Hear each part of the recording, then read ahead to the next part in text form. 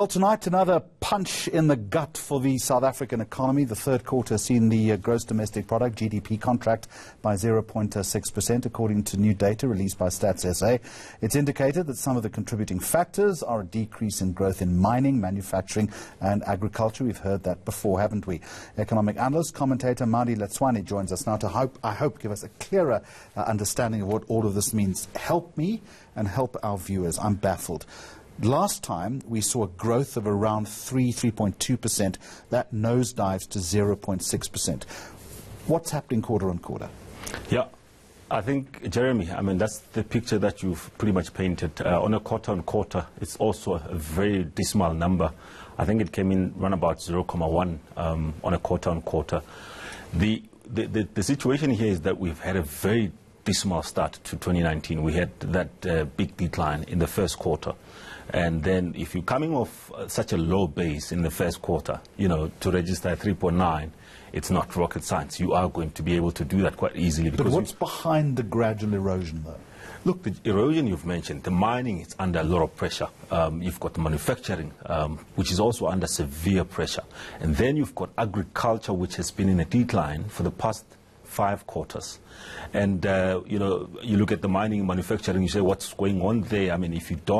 If you can't supply them with electricity, how do you expect them to grow? So are you saying that all roads lead back to Eskom in one way or another? Larger part of it. It's a big contribution. And this is the domino effect of what is happening at the parastatal, which then is tracked back to state capture. Absolutely. Everything, it's exactly that, Jeremy. The damage that's been done at the, Eskom, it's massive. And of course, to try and undo that, it's going to take some time. We've got plants, electricity, Medupi power stations that we've built, they cannot come, online as expected. They've gone over budget.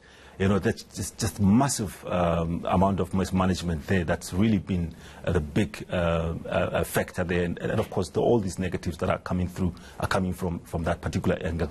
Technically, are we going to end this year in a recession? It's a possibility, but I think we might just avoid the technical recession, given, I think if you look at it, even on the numbers that we've had today, is the fact that, the consumer somehow still manages to buy, those sales numbers continues. And I think with the Black Friday that we've had, we've seen shops being full. There remain some activities. My biggest but they're worry, buying on the never. It's money they don't have. That's what I was going to say. That my big concern is the fact that they are spending on credit. So we're just staying above the water, but it's not really, the real growth that we want to see. So the real growth will come the day when we really begin to take care of those sectors that can contribute positively towards. What does that mean, taking care of those sectors? What action, short-term action, is then needed by government? I think in the immediate term, Jeremy, we really need to come up with ways to stimulate this economy. We've got plans that have been put on the table by Treasury.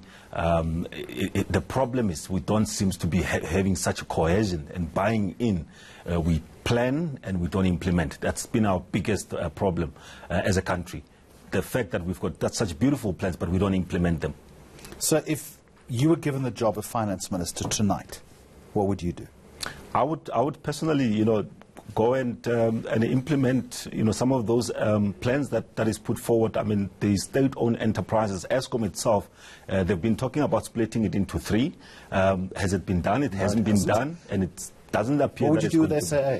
SAA, release the numbers first of all. Let's see. Let the South African, that would help, wouldn't it? That would help because we continuing to give them money, Jeremy, but we don't know how deep the hole is. Okay, you're the economist. Last question. This is the way I see it, is that we've seen these GDP numbers. That's going to impact on ratings. If that happens, that puts pressure on the rand. Yep. If that happens, it's going to see our inflation rate go up. Absolutely. So we're doomed, or are we? Look, everybody has to acknowledge that they've got to come to the party, whether it be the unions. We're going to have to make some sacrifices, and painful sacrifices. If it means cutting back some of the jobs, cut some of the jobs simply because we've got such a high, a wage bill, public sector wage bill. That has to be done. But the problem is, but the unions are not going to allow that to happen. And we know that's that. The biggest problem, Jeremy. You've got it. That's all you've got. Up until you've if you've got a tripartite where it involves the unions, is that during the tough economic times, you're never going to get consensus.